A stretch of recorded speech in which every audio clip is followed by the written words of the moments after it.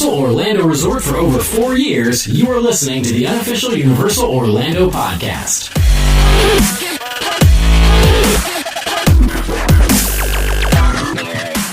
Hello and welcome to the unofficial Universal Orlando podcast, the only Universal Orlando podcast that was not funded on a small loan of $1 million. With me today, I have Mr. Lee Malaby. Good evening, everybody. His lovely wife, Miss Tracy Malaby. That'll be Mrs. Good evening, yes, Mrs. I worked hard for that title. There we go. And of course, I have Miss Darren. Mr. Are we covering that tile? Yeah. What's up, Internet? Darren's getting introduced as Miss Darren Thompson What's next up, time. Internet? Oh. Or Mrs. Darren Thompson, or something like that, I don't know. Yes. I worked How's hard everybody for that. doing? Good. Yeah, good. Our internet is holding out currently. Touch wood. Don't tempt fate. Currently, knock on wood, yeah. You guys have fun on the last two, just the last episode? It was weird. It was weird. We had to actually talk to each It other. was really strange not having you two to bounce off. Yeah. You know, it was so used to there being the 3 or 4 of us. Yeah. It was a very British show. It was. I hope you guys Yeah. talked like Downtown Abbey the entire No. episode. Hunter's just basically admitted on air that he didn't listen to it. Not yet. I We'll thought get it to was it. great. So Darren hasn't listened to it either. Yes. I wouldn't worry. I haven't listened to it either. No, I have. Well, I'd hope so. You edited it. Yeah. Oh, did I? Mm. Yeah, I did. There was a I was lot gonna of say. chomping and eating and mouthfuls of fudge. Yeah. I had to. Darren, you and I are gone for a week, and this is what happens. Yeah. Yeah. You don't remember what happened before you two turned up. So what you're telling me is Yeah. the internet went down. We had to do it ourselves, so we fudged it. Ba-bum-bum. I'm here all night. Don't try the veal. So, this week's episode, it's going to be pretty freeform, actually. This is going to be an open discussion that we're all going to have. There have been rumblings of a Rumblings. survey that's currently circulating around by Universal Orlando about people's experiences with Disney's magic bands. Sparked a bit of speculation about we might see a similar experience coming to the Universal Orlando parks. So we're going to discuss that this week. Right after these messages. Well, let's go. Like I say, Tracy and I, when we visited, the last time we went to Disney in 2013, they were only trialing the sort of Magic Band, My Magic Plus stuff. So I still don't fully understand the ins and outs of everything that's part of it. And you two being, you know, Local. no, I was gonna be a bit more. Rude. Yeah, that Yeah. I can't think of the word actually. It was obviously going to Disney a lot more recently. You've had Lucky. That's the word. I suppose, yeah, a bit more experience of it. So kind of go through what it entails. Once again, the United States succeeded from you guys, and we apologize for that. That's how it all started. then there were magic bands. Learn all about it at the American Adventure. Yeah. So basically how the Magic Band system works is they have an application that you get on your smartphone or your computer. I believe it's called My Disney Experience. Is that right, Darren? Yes. So with that app, you can book what attractions you want to be riding at a certain time, months and months out. How So long you is can it? plan Is it your vacation. 60 days? Is that right? Well, there's a little bit of qualification to that. If you are staying in a hotel on site, then you get 60 days ahead of time to reserve your FastPass Pluses. If you are if you just have like an annual pass like us, you can only book things 30 days in advance. And I found it's actually a little less than 30 actually sometimes. Okay. In trying to book mine, but which means that locals do not get fast passes for Seven Dwarfs Mine Train or Phantasmic or any host of other things that usually get booked up right away The at e-tickets, the basically. 60-day mark. Yeah, for the people staying in the resorts. Yeah. Mm-hmm. Now, does it matter which hotel you're staying in? Because I know originally when they started talking about this, that it was going to be a case of the higher level hotel you were staying at, the more. So you might get, like, say, 4 fast passes if you stayed at a deluxe, or only 3, or is it just standard throughout? Everybody it's- gets 3 fast right. passes. And it's Now- still 60 days out for all of them. That Yeah, sounds right to me. Yes, for all the on-site resorts. Right. So the 3 fast pass rule, what you just brought up, usually you pick the time of day that you're going to be at the park: early morning, evening, midday. You book your fast passes for those time periods. So say my first fast pass might be at Test Track at 2 o'clock, and my last fast pass might be Soarin' at 8 o'clock. The reason I use that example is FastPass Plus only allows you to make fast passes in the park that you are currently in, or the park that you will be visiting for the first 3. Right.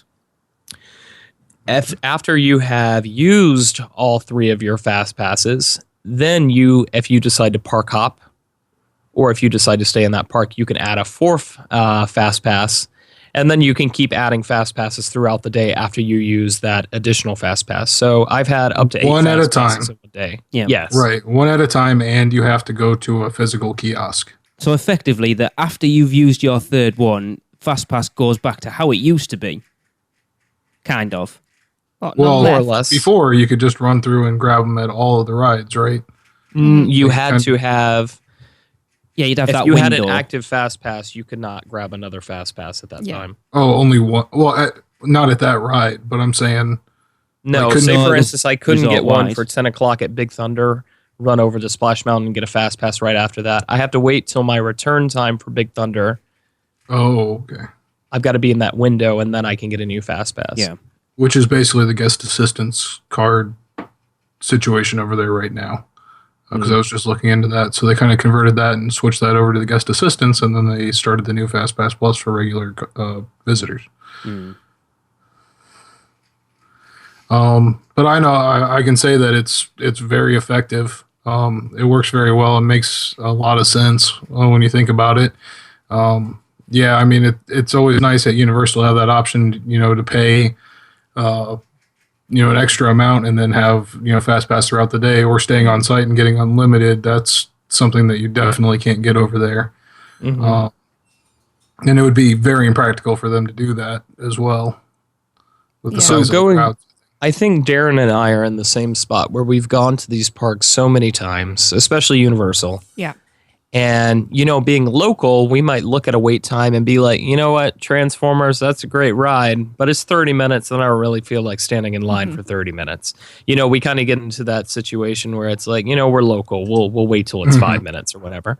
At least when I make a Fast Pass Plus reservation, I know for a fact I am going to be riding or experiencing at least 3 things that day.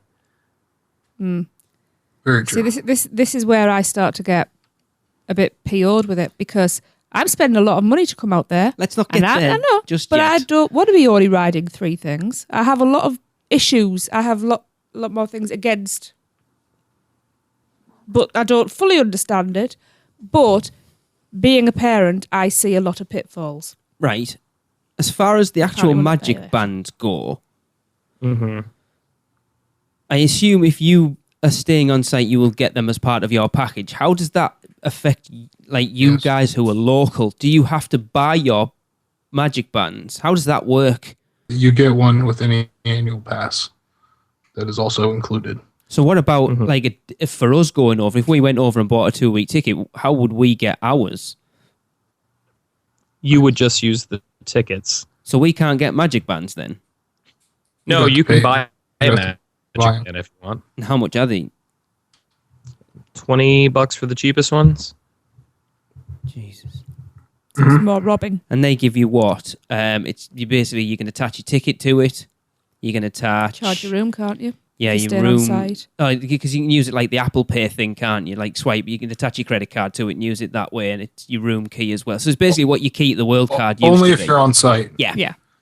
Yeah, like Well- like as an annual pass holder, you can't just attach a credit card to it. Really? And have it work all the time, which that Yeah. would be nice. But That surprises also me. not very secure. Nobody is at making least- you buy the Magic Band either. It's an option. You can use your ticket just fine. Yeah, I mean, we did Your, last time. your ticket is a plastic card Yeah. that you can throw in your wallet. It's not that impractical to have around. Yeah, well, when we went last time, our tickets were RFID enabled, so we could still go to the RFID entrances and swipe them over the little Mickey head. Yeah. thing. Yeah.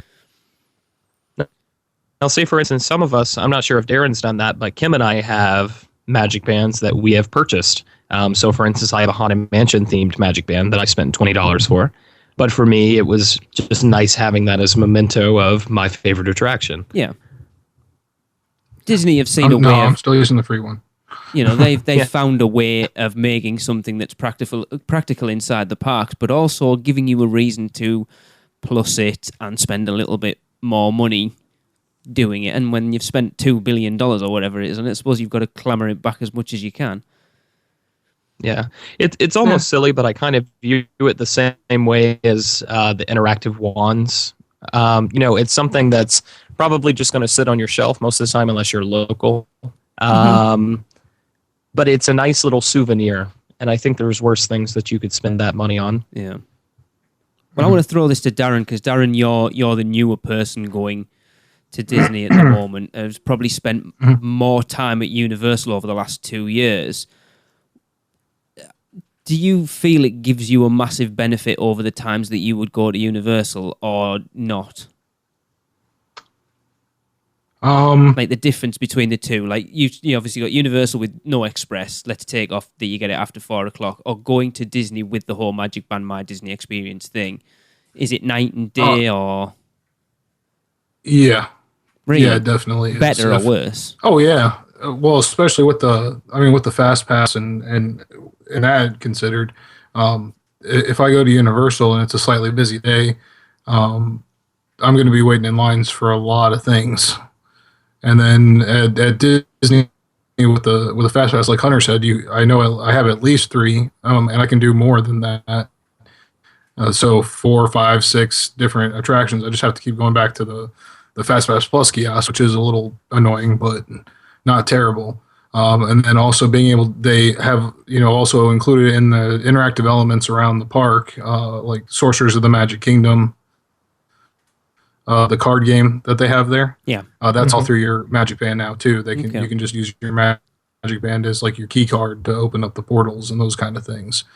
Same thing with the Pirates, the Pirates Adventure maps in Adventureland as well.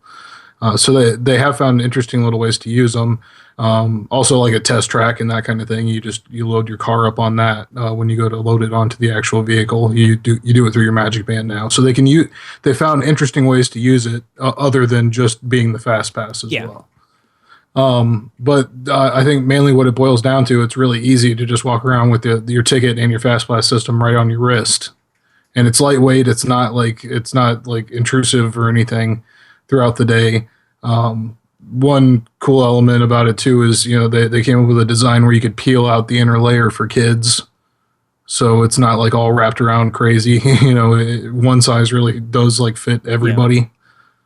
So like all those things together. And then, like I said, the convenience of the Fast Pass Plus system and having it integrated into the app, which is a really good and very functional application that I think Universal could benefit from taking a few lessons from on that.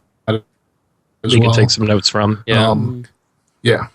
I mean, you think, but Darren, what you're getting at Universal with your annual pass isn't a million miles away from that already, because you think, you're effectively getting Express Pass after 4 o'clock. So if the park's open till 8, you're going to get 4 hours of Express Pass where you could pretty much bang out anything you wanted to. I know it's not spread out throughout the day, but Universal still kind of have something there that kind of does the same thing.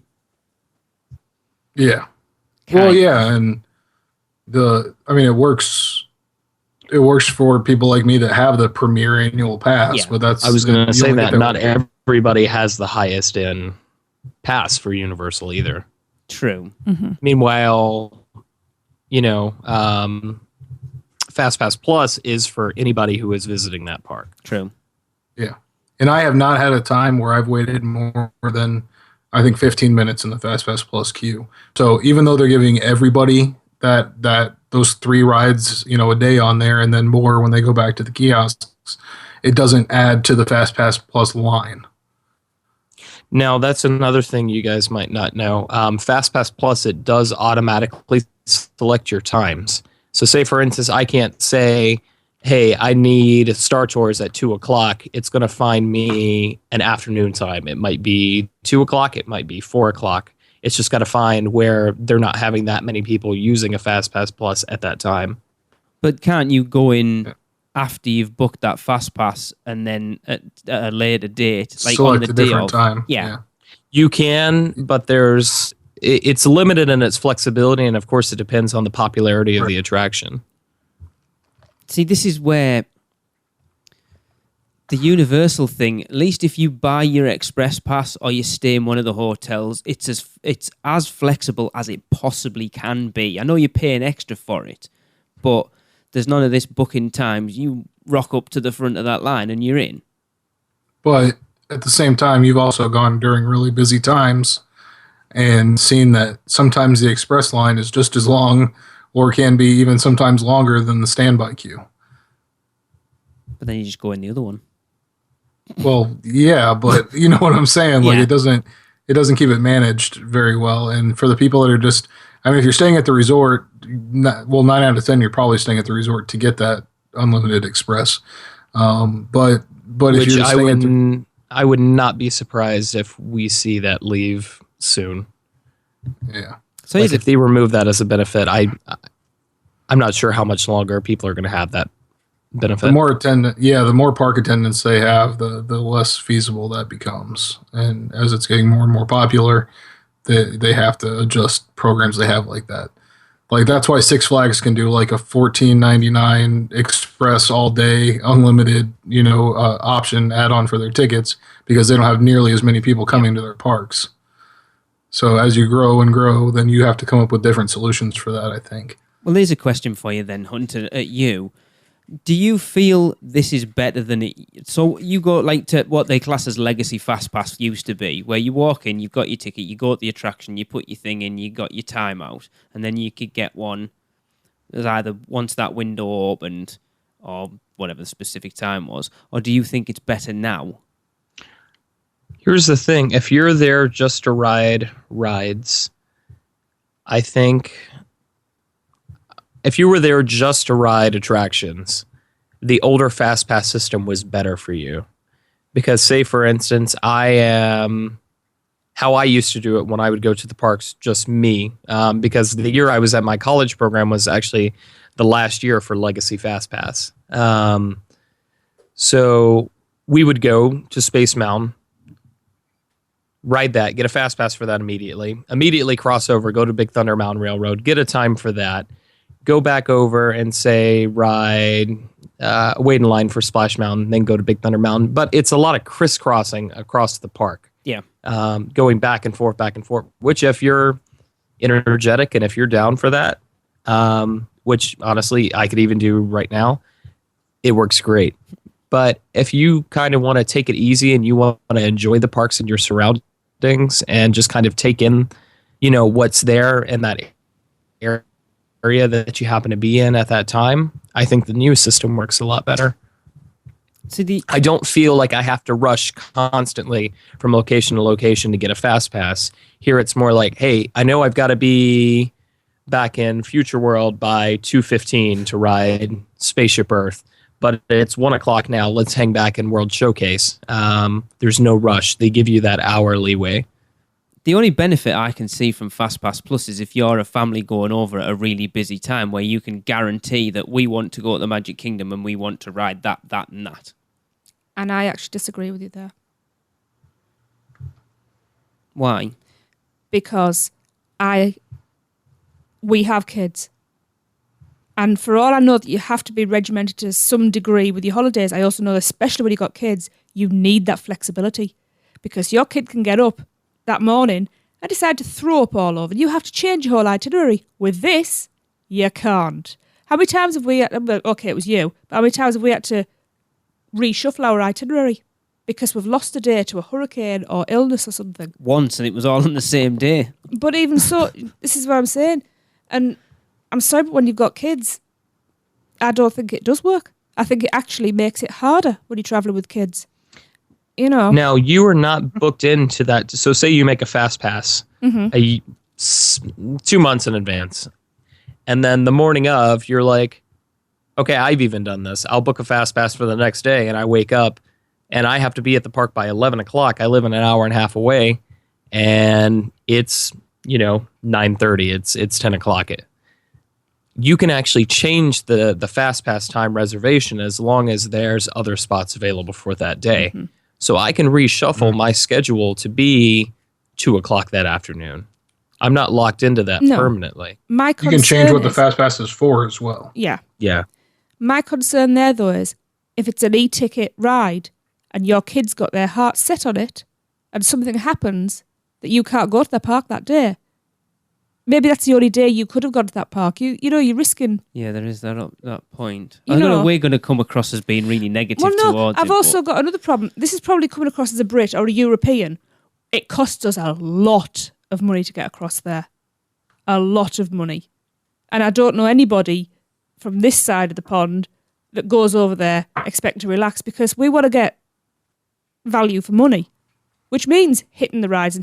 Well, but I think that's where it comes in because, like you say, when your kid wants to ride 7 Dwarfs, like say the Anna and Elsa meet and greet, the only way you were going to get that without standing in a 6-hour line was to get a Fast Pass Plus for it.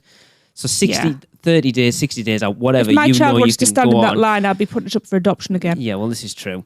But that's the only way you're going to get it, where otherwise you stand in a 6-hour line. It has its pluses and it has its negatives. It does, but for me it has a lot more negatives. Because... What? Sorry, go on, Darren. Oh, well, I think another important thing that it does is it kind of lowers wait times across the board. Right. Because you have the people that booked ahead for those fast passes and everybody has the opportunity to do that. Most people just want to go on an attraction one time. I would say a majority of people at the park do that. There are there are people like, and they're probably mainly locals like us, that go on the same ride multiple times. Darren, not everybody is riding Haunted Mansion 4 times like you and I are. But then there's one for you. The Haunted Mansion was not a fast pass attraction until this. No. You're creating... It still doesn't have... It's still part of the Fast Pass Plus, but it's there for those people who want it. But I have never waited more than 20 minutes for the Haunted Mansion, even on the busiest days. Like the negative side of me, listening to the other Disney podcasts that I listen to, Disney have been very canny of the way they've set it up.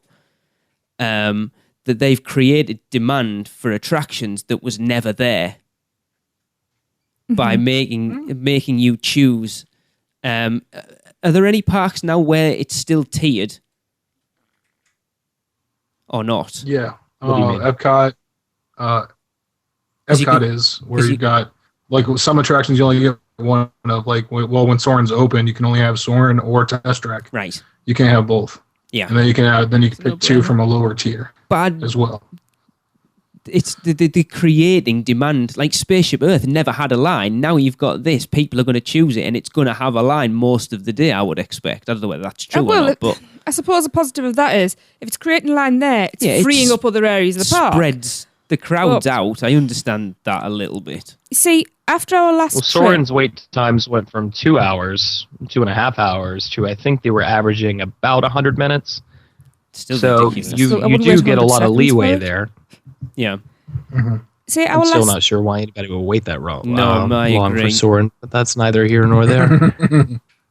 I think for me, as well, our last holiday was spent looking at our watches all the time, wasn't it? We've got to be here to meet somebody. We've got to be there to do this. Yeah, well, we were only there for a week. I know, but even so, and that worries me because it really, I never once relaxed. I know we don't really relax on those holidays, but I never relaxed into it because I was all, you didn't, back in my mind, I was watching the clock. I wasn't watching the show I was in front of in case we missed time that we had to be away somewhere. Do you know what I mean? I never fully relaxed into it. And that's what this concerns me is I'm not going to be enjoying something because I know that we've got to factor in time to get across somewhere. I know But it's the then same. it's been like that anyway. No, I know. But you're also planning this how far out? Oh, no. You know, and I'm all for you create an itinerary. But I still want I want some flexibility and some say in my own holiday. If I wanted to join the army, I would. Having never experienced it firsthand, it's difficult to actually make an informed decision on it. And I'll be honest, most of the people I've heard talk about it like it. Yeah, I mean, I would have been saying the same things you guys were until I did it, and now that I have it, and I've used it on different kinds of days too, because I've been when Magic Kingdom is as empty as it can be, which is still pretty packed. But like on a less busy day, and then like on a crazy day, like Valentine's Day, it was pretty insane over there.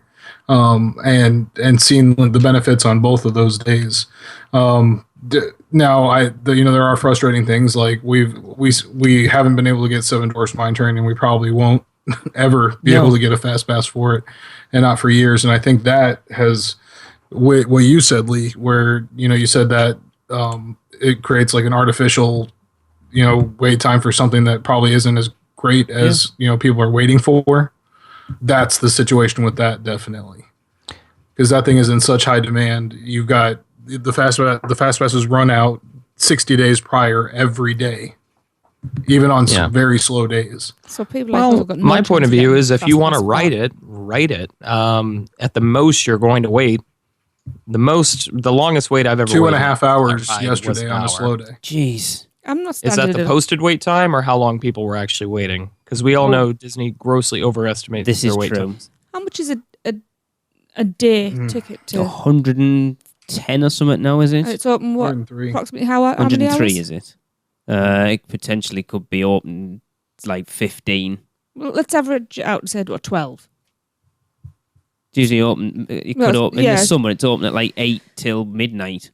Right. So what's that? 16 hours. 16 hours. Right. So,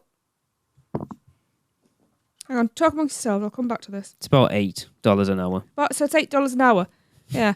For 4 of you, 2.5 hours. So 2 hours. What, 4, 16, 64? Is that right? Yeah. Yeah. So you basically have paid $64 to stand in line. Right. I look at it like that. So here's one. How many, between you two, I mean, I know you don't go to hammer out rides, but what would you say the average amount of rides that you two as two couples going to, say, the Magic Kingdom would get through on a normal day now using FastPass Plus? So even on a day, because Magic Kingdom, if we go to Magic Kingdom, is where we finish our day because the park is open the latest, usually 11 or midnight. Even if we get there at 5 o'clock, we have usually rode at least 7 attractions by the end of the day. And that's booking stuff in advance as well, or just rock it up? That's saying, say, if I go to Epcot in the morning, I've used my 3 FastPass Pluses that morning. And then I start using my extra ones after we get to Magic Kingdom that evening. So let's say I get 3 more extra FastPass Plus, like we've done. And then I just wait in the lines because it's the evening. Magic Kingdom is a park, for families. Most families have turned in for the evening by then. Let's say by 8 o'clock. And I just walk on anything else that I want to ride. Seven Dwarfs Mine Train is usually how we've been there lately. If you stay all night, they're open till, let's say, 11 o'clock. Anywhere between 9 to 11, the average wait time is about half an hour. Right. If you really wanted to ride that ride, there's a way to do it without FastPass Plus. I mean, the point I was trying to make with it was I remember listening to Len Tessa talking about touring plans, and he reckoned if you use their touring plans on an average day in the Magic Kingdom, you could rattle out at least 10 attractions without FastPass just by, knowing what to hit and when to hit it. Yeah. I mean, I'm not sure if that, I'm sure that system you can still work it out just fine. But say, for instance, I've gotten 6 FastPass Plus reservations for the day, and I have gotten 4 more attractions I either just waited for or I walked on. I'd say that's a pretty successful day out of, say, 10 hours. Yeah. Well, Nina and I differ in that we got a little bit of a longer drive up there. But so when we have planned so far, we've kind of been doing it like people are only going to go one time ever, in that we're getting there at rope drop and we're staying for a majority of the day. That's us. Usually we've been headed out before the fireworks and everything because Nina does work the next day. Yeah. So we usually leave right before like the night parade and fireworks and everything start. But so we have a lot of time, and what we do is we set all our fast passes for earlier on in the morning. Even though in most cases we're kind of learning that the earlier you get there, the lines for everything except for Seven Dwarfs and a couple of other attractions are very, very short. So we've kind of hit ourselves with that, like getting a Haunted Mansion fast pass at really early in the morning, and then going over there and there's no line at all. Yeah. And that just that eats the fast pass. That's done. So, and once it hits that time that you can use it, you can't change it. Right. Yeah. For instance, like if we go to, because I'm a big fan of Animal Kingdom right now, if we go to Animal Kingdom, I will save my fast pass reservations for later in the evening and just go walk on everything at Animal Kingdom because that's their least trafficked park. Can I just throw something in there? Is everyone looking forward to the huge screens they've just installed on the Kilimanjaro safaris? You are joking me. No, massive ones to create the sunset for the nighttime safari, and they're huge. Huh. I did not know about that. Oh, it was posted. Will we have Twitter 3D glasses? Have you seen them, Hunter? No, actually. I'm going to have to go seek them out. It was on, someone posted it on Twitter yesterday. They are huge. Very interesting. Anyway, screens. I think we should take a break and then come back and actually see how we should do this at Universal, because I think it's coming. I don't think there's any doubt. Certain things that I've heard, and so I think it's on its way. Just in what form? All right, guys, we're going to take a quick break and we'll be right back.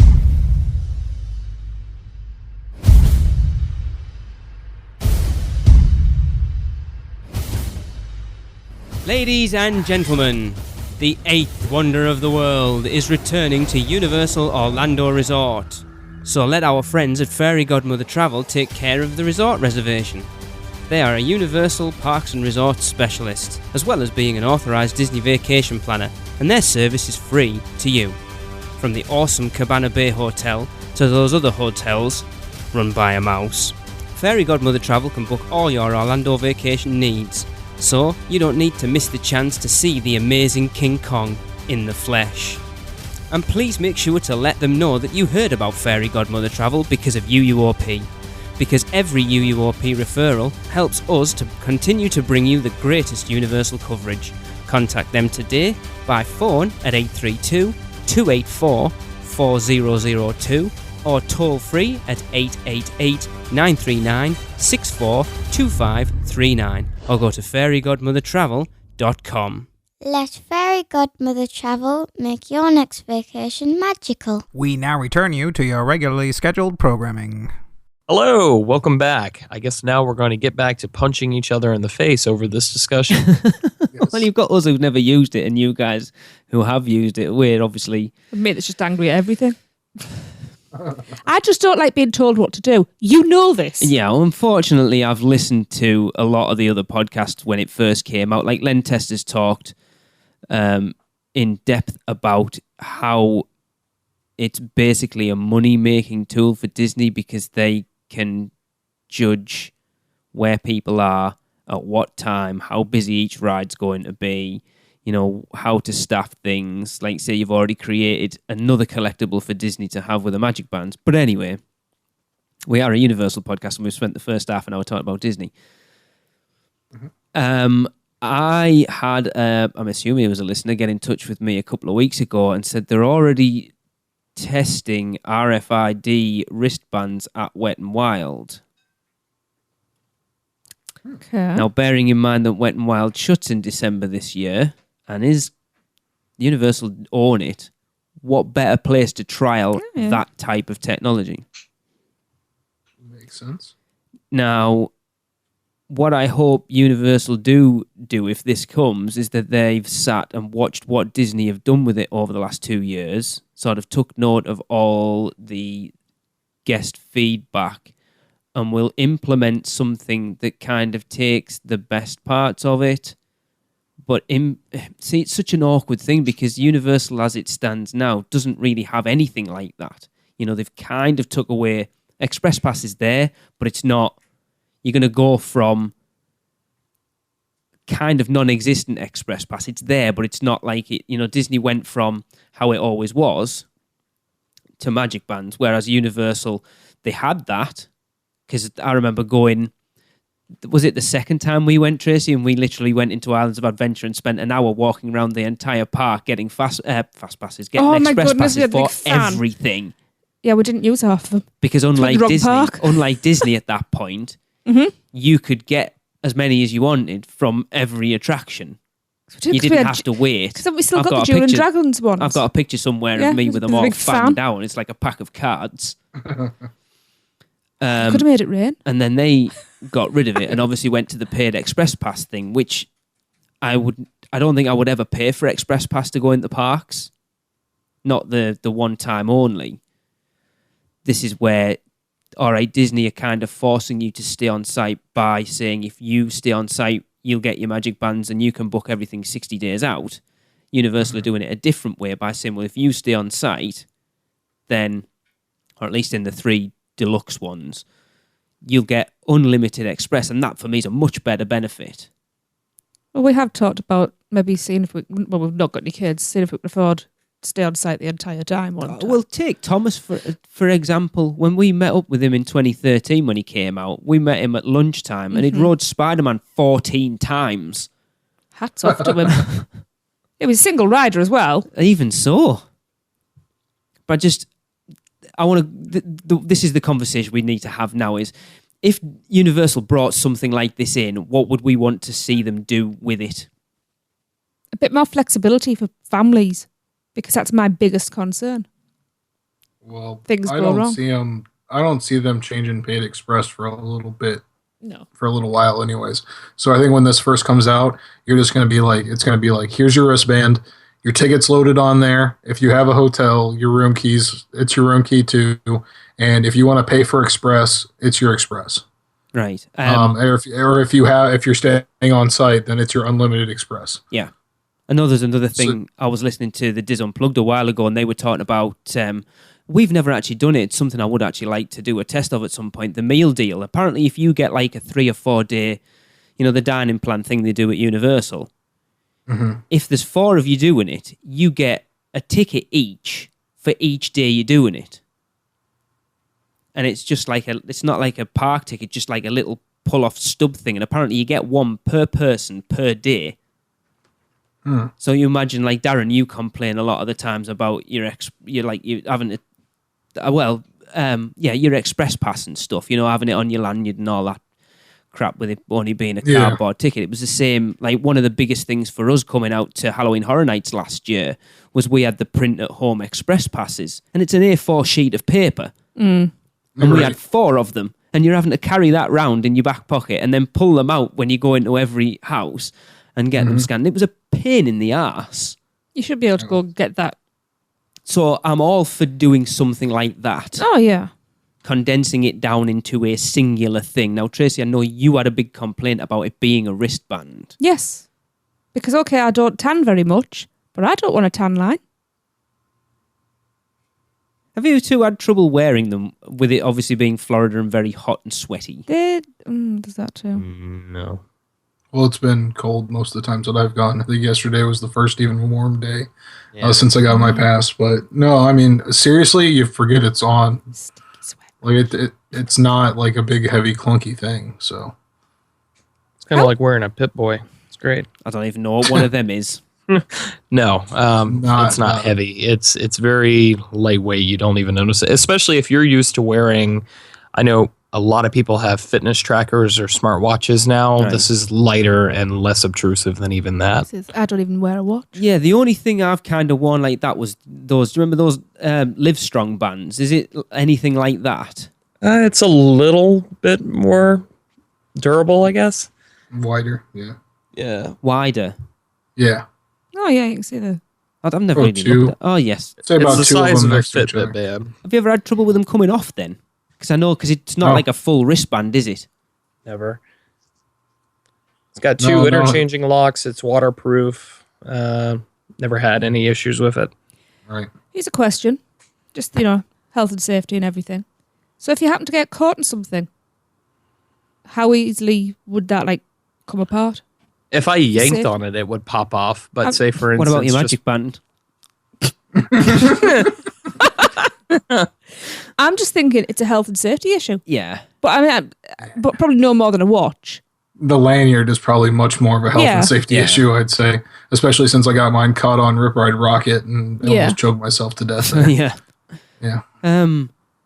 It's funny actually. Something just popped into my head there as well. It wouldn't surprise me if you don't see any sort of implementation of this at Universal Orlando Resort until Volcano Bay opens. Mm-hmm. The ability to have your park tickets and potentially a credit card attached to it would come in very handy in a water park, Yeah. Yes. That's true. which would make sense of why they're testing it at Wet and Wild at the moment. Do you know what else would be very, very handy if they could implement it somehow? To unlock lockers. So when you leave your Rather wallet... than a fingerprint, now that's a No, good but- idea. So when you leave your wallet in the locker, you don't have to scrounge off some people stood next to you to open your locker when you've gone over your time. That makes a lot of sense, yeah. The RF, but then they'd have to retrofit all those lockers. How many times do you go at the Some lockers of those lockers are knackered. and see those? They're past due to get changed Oh, out, I that- think. Most people can't get them to work. Mm-hmm. You know, the fact that they employ someone to stand in the lockers to And sort override people's it. problems out, it tells you how bad they are. Right. Do you know, that made me laugh. Actually, it might have been Darren that was with me at the Men in Black ones, and somebody's like, I can't get into my locker. And so the guy came over and opened the locker for him, and they opened the locker and they went, oh, that's not actually my locker.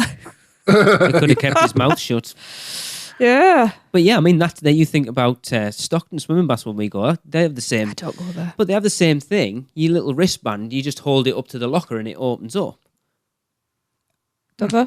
Yeah, Do you know how long it is since I've been swimming? it's been a long time. I don't since do a I've bath been. with everybody else. But yeah, Volcano Bay actually makes a lot of sense. Mm-hmm. But as far as like a Fast Pass Plus equivalent, could you see, as it stands now, if they brought what Disney have into Universal, would you see that working or not? Well, I think the main problem with it now is everybody, you're at Universal Studios, those three are either going to be, it's going to be like a total of maybe like 5 attractions that you're going to get fast passes for. Maximum. All I can think of is people getting fast passes for would be Transformers, Gringotts, and Despicable either Rip Me. Ride Rocket or Despicable Me. Yeah. So if you got 3 fast passes, Despicable Me would essentially be that park's version of Seven Dwarves. Let's be honest. yeah, Because it's a 50-minute wait when you walk in the park. I don't get it. It's not that good. Why? I think it's a combination of the fact that it's the first thing you hit walking into the park and that it just doesn't hold people well. And it's there all day. Like, that line is steady all day long. I don't get it. It's crazy. Well, we didn't even go on it last time we were there. Yeah, Nope. no need. We have the Express after 4, and we still don't go on it. No. But yeah, I mean, I think that's the problem with that kind of fast pass system at Universal right now is that there's just not enough attractions to merit it. Unless they say, okay, you get 3 fast passes across both parks, in which case that kind of stinks. But yeah. But on the other hand, it still stays somewhat manageable even with them giving all those rooms unlimited express all day. Yeah. So I think that's why I said I think like when it first comes out, the implementation will be just like consolidate all your crap from us basically into one band or one whatever they choose to use. I just don't know what would be more efficient than a wristband. A Green Lantern ring. That would be pretty cool. Just like an embedded microchip under your skin. There you that's go. coming. It probably is coming, to be quite honest. I'm telling you guys, 3D glasses. Well, that was something that someone brought up when we did the Producers Club Roundtable, actually, that you would buy your own, effectively, like, Tracy, your concern, you always complain that the 3D glasses and that type of thing, that other people have worn them and you don't want to be touching anything that other people, so effectively your Magic Band would be your 3D glasses, so you would have your own pair. I've said it as a joke. It was brought up on the roundtable. I'm just sitting here trying not to shudder. I just but think, when you go I think that on- would be the final nail in the coffin for Universal as far as people's complaints about screen-based attractions. Mm-hmm. Yeah. And I mean, like, when you go on ET, you'll still have to pop your 3D glasses on really quick and get scanned. I don't know. Everything's going to have 3D glasses. Yeah, they're going to sell like a special holder for your 3D glasses. They wear it's like a fanny pack, basically. Oh, wait, I forgot. Half our listeners are UK. What do you guys call fanny packs? It's Bum called bag. a bum bag. A bum bag. Fanny pack over here is something completely different. Yeah, I know. Well, yeah, you just like have a little holster for it basically on the side there, and that's what they can brand, and they can sell those individually. And you have your SpongeBob holster, and you got your. Did God. Disney have a copyright on that band? Well, I'm sure on that particular design, yeah, they would not come out with something unless they had that protected. But that doesn't mean the Universal couldn't do like another RFID style, Whatever. like, yeah. rubberized, band or whatever you choose to use. I mean, it even seems that Universal's kind of shying away from like the whole like actual working studio theme or anything. But I always thought like an all access pass kind of like lanyard would be something they went with. Yeah. But because I believe that's what the express passes look like over in Hollywood, right, Hunter? I think so. I've It's seen been a people while wearing since I've those. seen it. Maybe it's like the VIP pass or whatever, but yeah. So I could have seen them doing something like that, but I just think a wristband makes a lot more sense. It's a little bit easier to manage because while your chain line on your wrist might be a little bad, having the one around your neck with the universal lanyards is also really bad and obvious too. Because I have one of those permanently now. I don't know what else they could do. I hope they don't bring. For all I don't fully agree with paying for your express, it's that I'm better than you are because I've got the money to.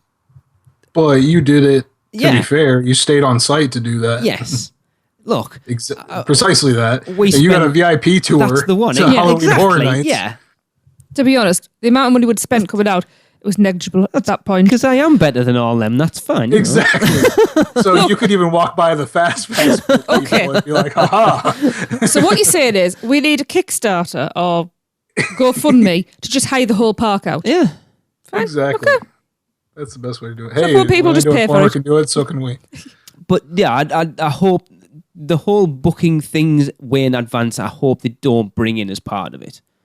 I'm all for bringing in some sort of, like you say, to consolidate, even if you put your credit card on it so you could just pay for stuff and pay for it at the end of the day, or like your park ticket, your express pass. But as far as being, I like Universal knowing that you still have to plan to come out. I think that's something we fell on our asses a little bit last time because we didn't. But Well, we did. It was Monday Universal, Tuesday Universal, Wednesday Universal. But not having to sit down 30, 60, 90, 180 days out or whatever like you do at Disney and hope to God you can get a reservation for where you want to go. I like the fact that I don't think we've ever set foot on Universal property and gone to go in a restaurant and not got in. I'll add a little addendum on that. That was open. NBC Sports Grill and Brew. Yeah. We got there eventually. But yeah, you might have to wait 20 minutes, half an hour for a half-empty restaurant, Cowfish, but never not got in.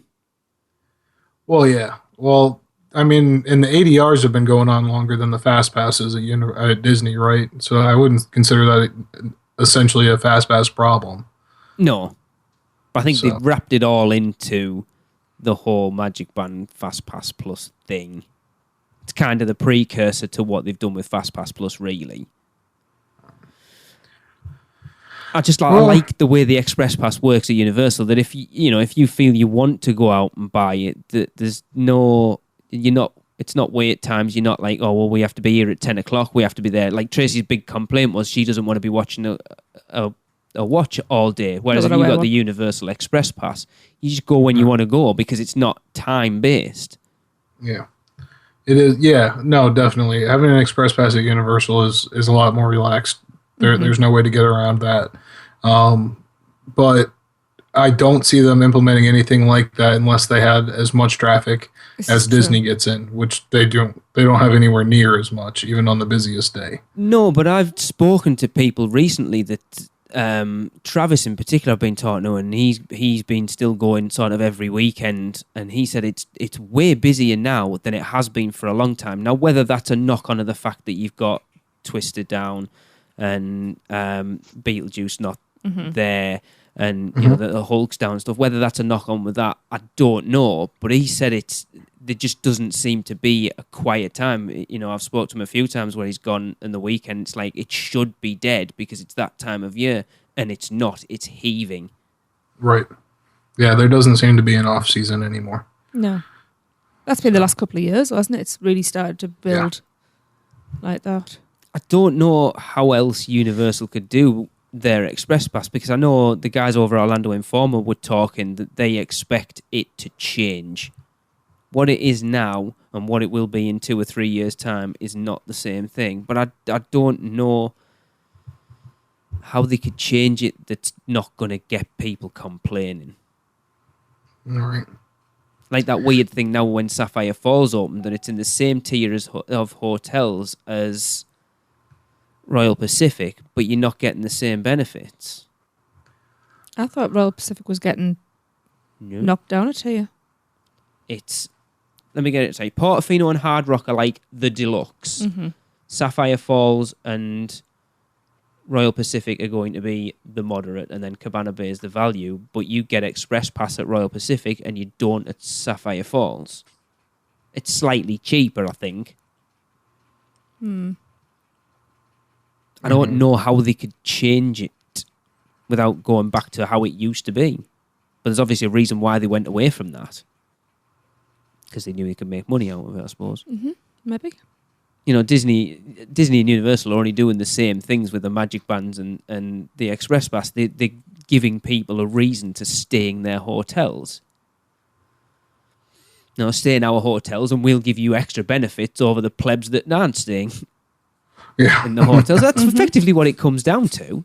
You know, like you said with the RIP tour for Halloween Horror Nights, if you want to pay us X amount more than everyone else, we will give you an experience that is that much better than everybody else's. I mean, can you ever imagine going to Halloween Horror Nights and getting through as much of that stuff that we did normally? No, never. No way. Impossible. Yeah. On any day. Yeah. And it was worth every single penny. Oh, it really was. I would still say, it definitely is, hands down now, one of the best 6 or 7 hours I have spent in any theme park ever. Although I do vote next time we don't get that, we just take Lon with us.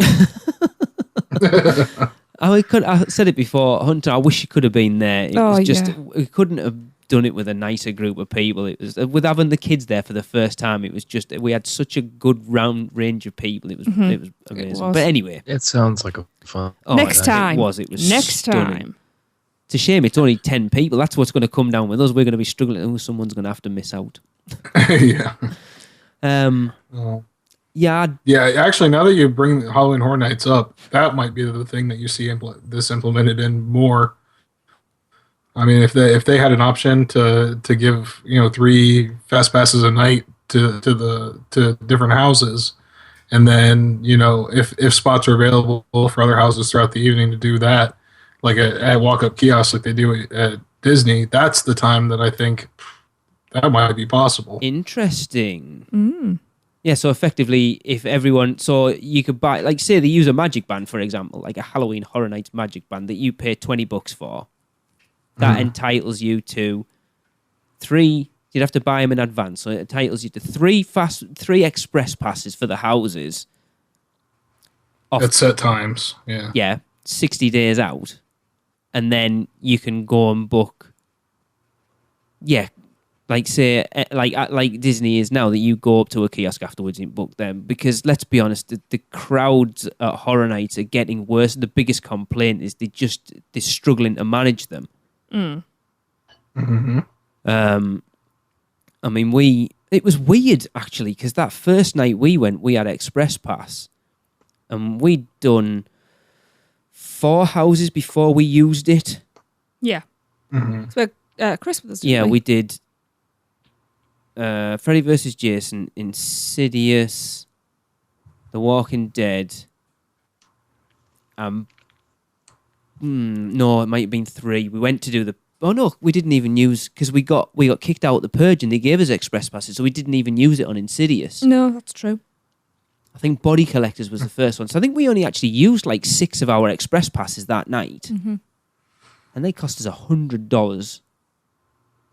Yeah. Well, I consider those to be more insurance than anything. Yeah.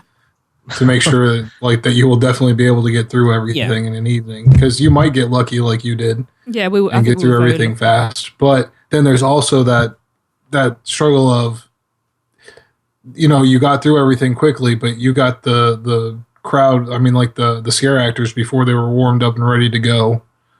Some of the houses I'm sure you went through felt quite empty as compared to like later on in the event when you went on to those houses later. There were a lot more scares and things like that happening, because even though it's like one of the most popular things Universal does, and they make probably $1 billion on it every year, a ridiculous amount, they somehow can't figure out how to get everything going on time when it's set to go. Which is weird when you consider how long they've been doing it. Like 25 years is enough time to hone it.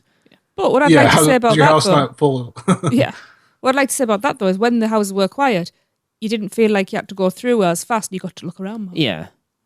Yeah. But then the other problem is you got to look around more, but you're not getting those scares, those individualized scares that you could be getting if they had it running. Because that would be the best of both worlds. If you could get in fast like you did, and then have all the scare actors there. But, I mean, going back to the Fast Pass thing, I think that is a situation where it would make a lot of sense to give, a people a moderate option for that express. Yeah. Like, not the whole night. So you could still sell those express passes for the whole night that gets you in every house once. Yeah. Mm-hmm.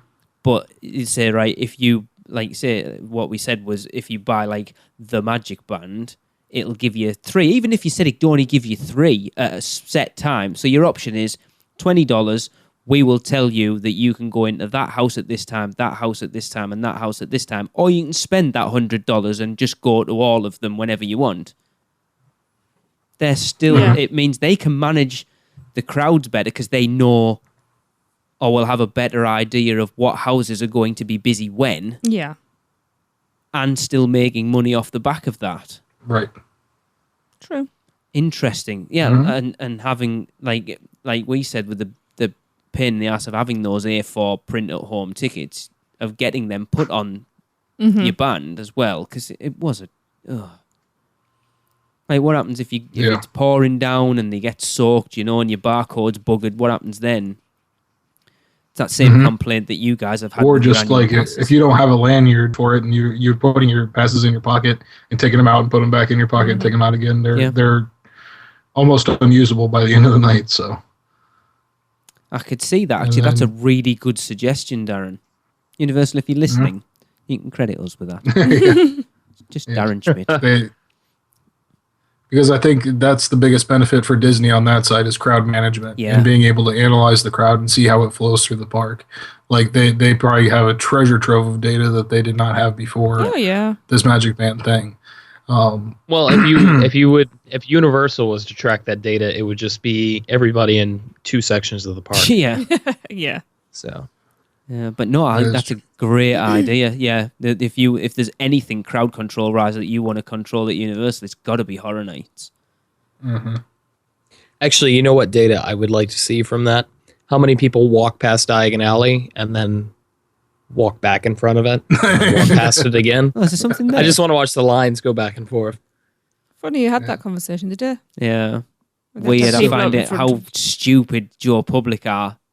Yeah, I mean, to the point where they have to have somebody out there barking all day. Yeah. Yeah.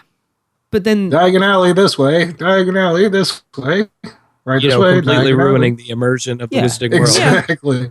Hello, Muggles. There's wizards in here. Come on. Yes, we were come on, talking about kids. the idiocy of the general people that go to theme parks. We were going into Universal Studios Oh, man. when we were over in October last year, and there was a guy and a girl behind us, and as they walked up, the guy said to the girl, "So which park is this we're going into now?" And I think you've just passed a massive globe and a big I really want to swear because it really drove me up the wall, but a big friggin' arch that says Universal Studios Florida across it, and you don't know what park you're going into. Because it'll have been like this. His face and his phone. Like Halloween Horror Nights, there was a guy.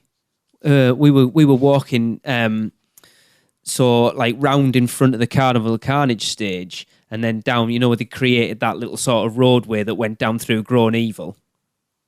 Yeah. Down there, and there was these couple of guys that went, "Oh, what's that? Carnival of Carnage?" And the guy went, "Oh, I think it's some band."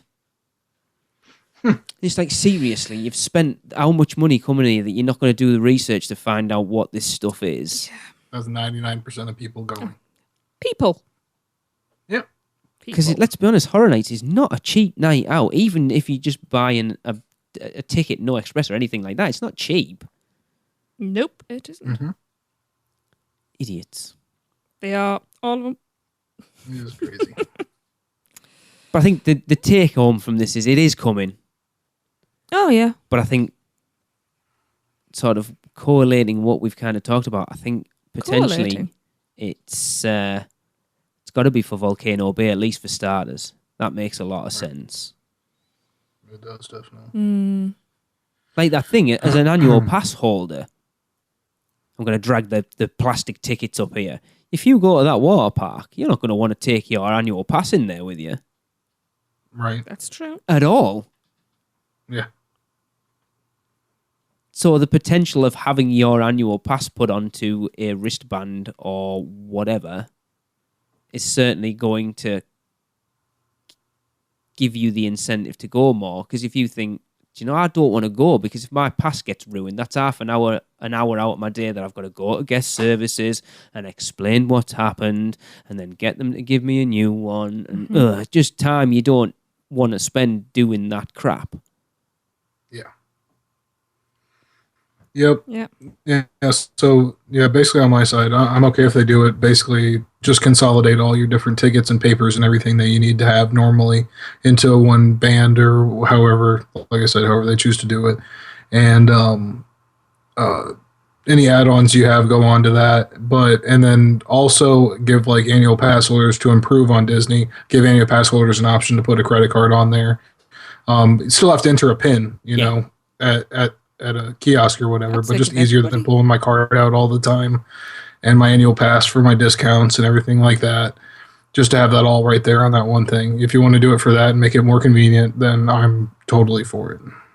That's it. Give everybody the option to put their credit card One onto it. up it. Just make the interactive wands their magic band system. Ooh, that's I like that idea.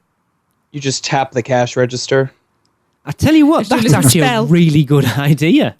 Your galleons have been dispensed, my good sir. Cash backiosa. No, that's not a bad idea, actually. Tracy, go on. Final thought. 5% Final extra thoughts? credit. My final thoughts are I'm resigned to it, but I'm not happy How many about broomstick miles do you get?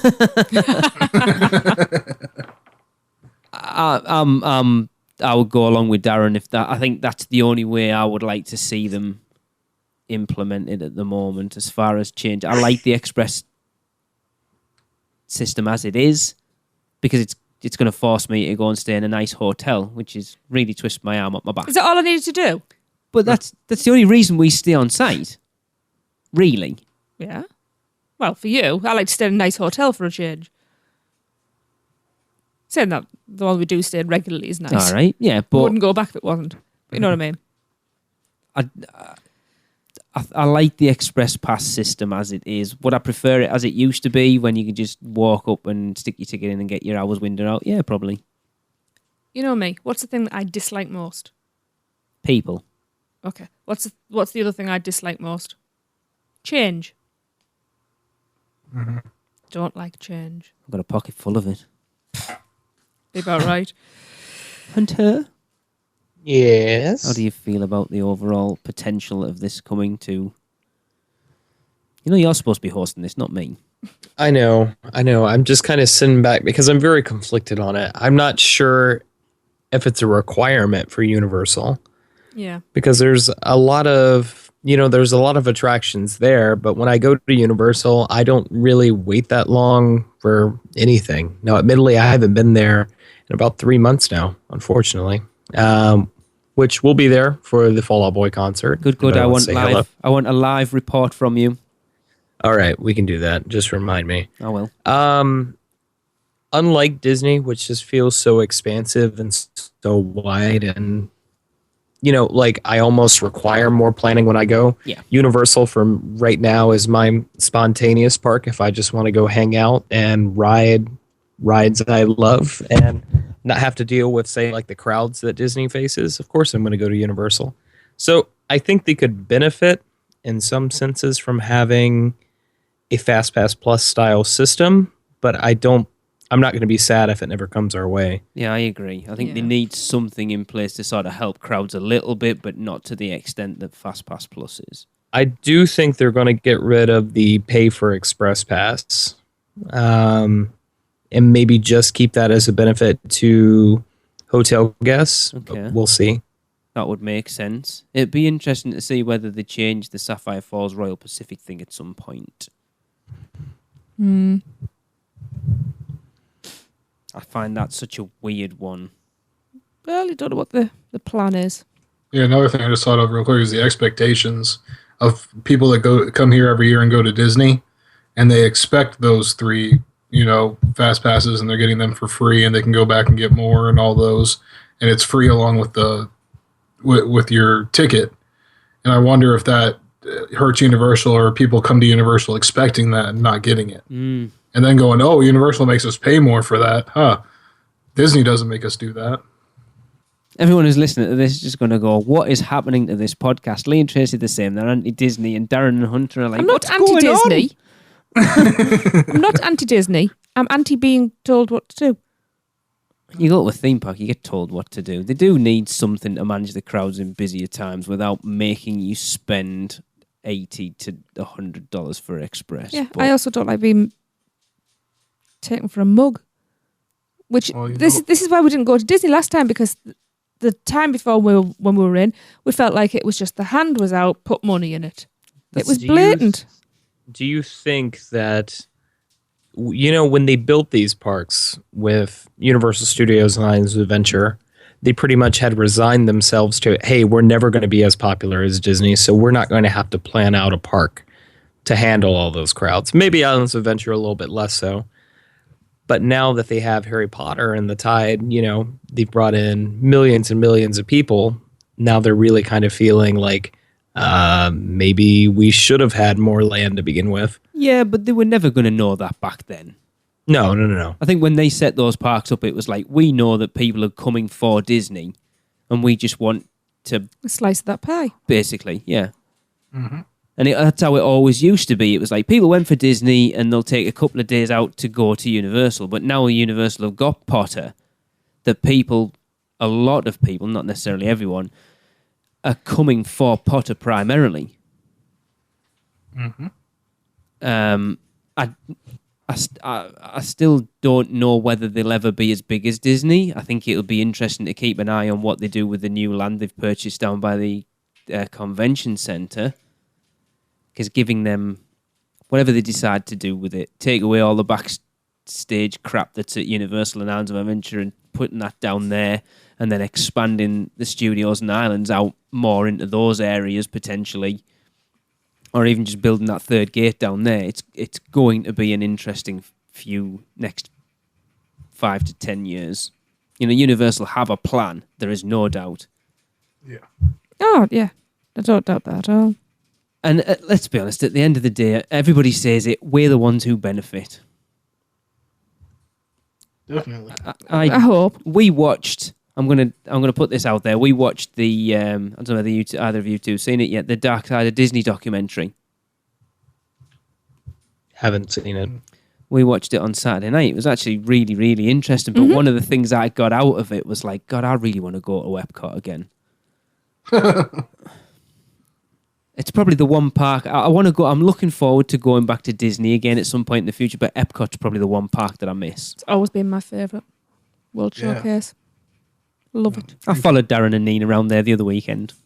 Yeah. That's quite amusing. It is. There's something special about Epcot that no other park really has, and they have. No, and it's great because it's not like your average theme park. It's all right. You've got that element in Future World, but once you get in the World Showcase, it's just like nothing else. Well, for us, and they need to fix up Future World a lot. Desperately, pretty sad. Yeah. Right now. For me, World Showcase is that we don't do beach holidays, that sort of holiday. But that is a few hours of that type of holiday. We get to do city breaks, if you like. Yeah. Every few 100 yards. Yeah. Anyway. That's a bit off topic. Yeah. But yes, they are coming. Batten down the hatches, ladies and gentlemen. And if you don't like what they bring in, complain. Yeah. But do it That's nicely. true. Yeah. Well, hey, that was a much longer discussion than I thought it was going to be. Me actually. too, to be quite honest. Yeah. I figured it was just going to be you two. I hate it. And Darren would be like, it works pretty well. And then we just went on a nod and, okay, that'll be it this week.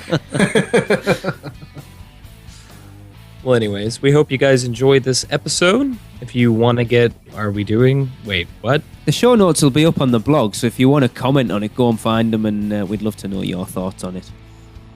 Yep. So let's wrap on up the show. Make sure to check out Jim's article on our blog about this subject. Go to bit.ly/UUOP Magic Bands. Yes, Jim takes a look at it in his own unique style. It's very, very funny. That was actually the first article he wrote for the blog. It's hilarious. There's some good stuff in there. Oh, I've liked all the articles. I know he's a divisive figure, but he's a lot of fun to listen to. Yeah. Everything. I take what he puts down as very tongue in cheek. He's funny. Yes. Absolutely. Any closing thoughts? No. No. I think we've put it all to rest for now. All right. Well, that's going to be it for this week's episode of the Unofficial Universal Orlando podcast. We'll see you next week. That's it for another Unofficial Universal Orlando podcast. Make sure you never miss a show by subscribing on iTunes, and while you're there, please leave us a rating and a review. Listen to us on Stitcher, Google Play, and all your podcast apps. Email us with any questions or comments to podcast@uuopodcast.com, or even better, record your message at speakpipe.com/uuopodcast. Follow us on Facebook, Twitter, Instagram, YouTube, and Pinterest, keyword UUO Podcast. Check out our blog for even more content at uuopodcast.com. And finally, our sponsors, Fairy Godmother Travel, are here to help with all your Universal vacation needs. So check them out today at fairygodmothertravel.com. Well, that's a wrap. See you next week.